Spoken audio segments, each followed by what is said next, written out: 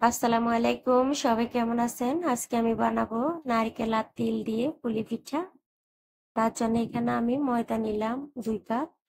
এখানে নিলাম আমি নারকেল কোরানো, তেজপাতা, এলাচ।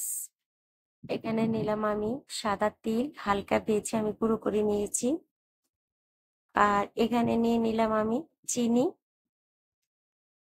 ময়দা দিয়ে আমি একটা চুলার মধ্যে একটা ডো তৈরি করে নেব। তার জন্য পানি বসিয়ে দিলাম, দিয়ে দিলাম সামান্য লবণ। পানিটা আমি ভালোভাবে ফুটিয়ে নিয়েছি। এখন দিয়ে দিব ময়দা। আমি এখানে প্রায় 2 কাপের মতো ময়দা দিয়েছি। হয়ে গেছে। এখন আমি একটা ডো তৈরি করে নেব। আর এদিকে চুলার মধ্যে একটা প্যান বসিয়ে দিলাম, দিয়ে দিলাম কোরানো নারকেল, সাথে দিলাম আমি 3টে এলাচ, 2টা তেজপাতা আর 1 কাপ চিনি। আর এখানে দিয়ে দিলাম আমি স্বাদ মতো লবণ। সবকিছু দিয়ে আমি ভালোভাবে প্রায় 3 থেকে 4 মিনিট আমি রান্না করে নেব। আমি 2 মিনিট ভালোভাবে ভেজে নিলাম। এখন দিয়ে দিব আমি সাদা তিল। এটা দিয়ে আমি আরো 2 মিনিট রান্না করব। এখন কিন্তু আমার চুলার আঁচটা মিডিয়াম টু লো হিটে আছে। এই যে অনবরত নাড়তে হবে যাতে করে নিচে লেগে না যায়।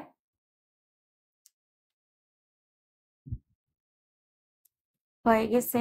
এখন আমি নামিয়ে ফেলবো। এই ময়দার ডো দিয়ে এখন আমি একটা রুটি বানিয়ে নিব। অবশ্য আমি নিব না, আমার মা নিবে। এই যে আমার মা বানাইতেছে। রুটি হয়ে গেছে। এই যে এখন পিঠা বানানোর পালা। পুরটাকে ভিতরে দিয়ে তারপরে ডিজাইন করে নেবে।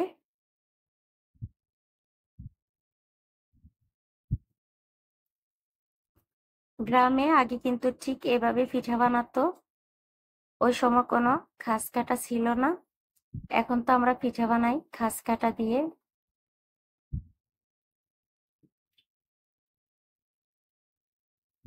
আমার কাছে ভালো লাগে এভাবে পিঠা বানালে।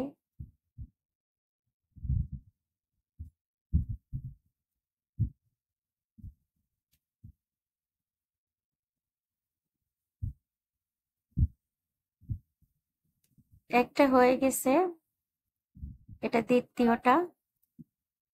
একটা রুটি দিয়ে 2টা পিঠা বানাবে।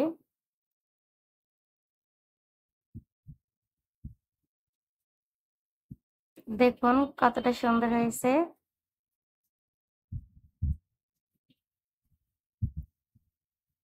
আরেকটা রুটি নিচে। এখন আবার আরেক ডিজাইন বানাবে।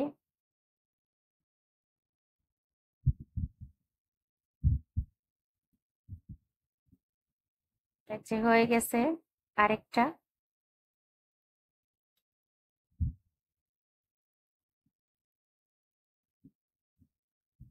আমার কাছে কিন্তু দারুণ লাগে এই পিঠাগুলা খেতে।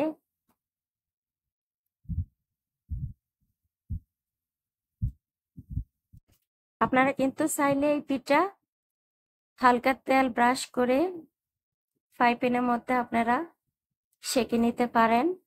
আমি সেঁকে নিব না, হালকা আমি ডুবো তেলে ভাজবো। আমার কাছে ডুবো তেলে ভাজলেও ভালো লাগে।